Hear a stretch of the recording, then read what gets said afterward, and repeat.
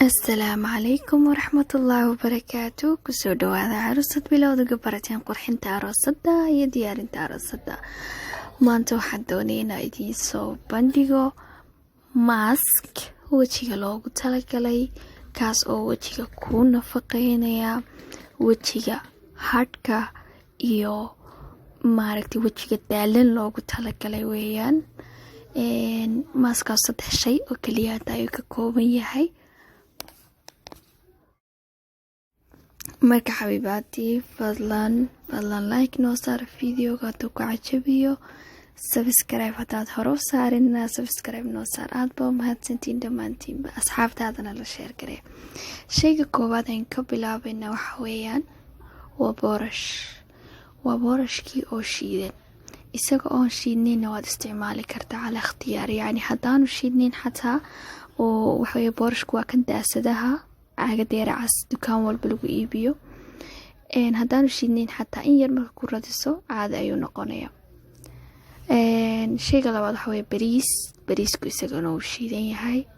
marka malqacad boorasho waxaynu ku daraynaa malqacad bariisa. shayga saddexaad aan ku darayna waxa weeyaan kurkum amaba huruud. kadibna waxaa saddexdaasaad isku daraysaa. waxaad ku daraysaa maa-ward. haddii aanad maa-wardi haysanin biyo caadiya ayaad ku dari kartaa, waa isku mid.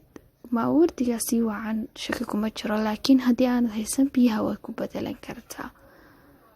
kadib intaasaad isku daraysaa ood isku walaaqaysaa. biyuhu hadday kaa yaraadaan, yacni malqacad kolba biyaha intii kugu filan ayaad ku darsanaysaa. muhiimadu inuu intuus galo sidii kareem, yacni kareem oo kale uu noqdaa. waad fahmaysaan okay? waad isku walaaqaysaa, waad gelinaysaa. kadib wejigaagaad marsanaysaa. wejiga ilaa qoorta, yacni qoorta ka reebin, wejiga ilaa qoorta ayaad marinaysaa. jirka qudhiisa waad marin kartaa, adiga ikhtiyaarka iska leh. aad baa mahadsantihiin asxaabteeda qaaliga ah. waxaan kaloo doonayaa intii aan subscribe saarin fadlan subscribe ha saarto, like na ha saarto.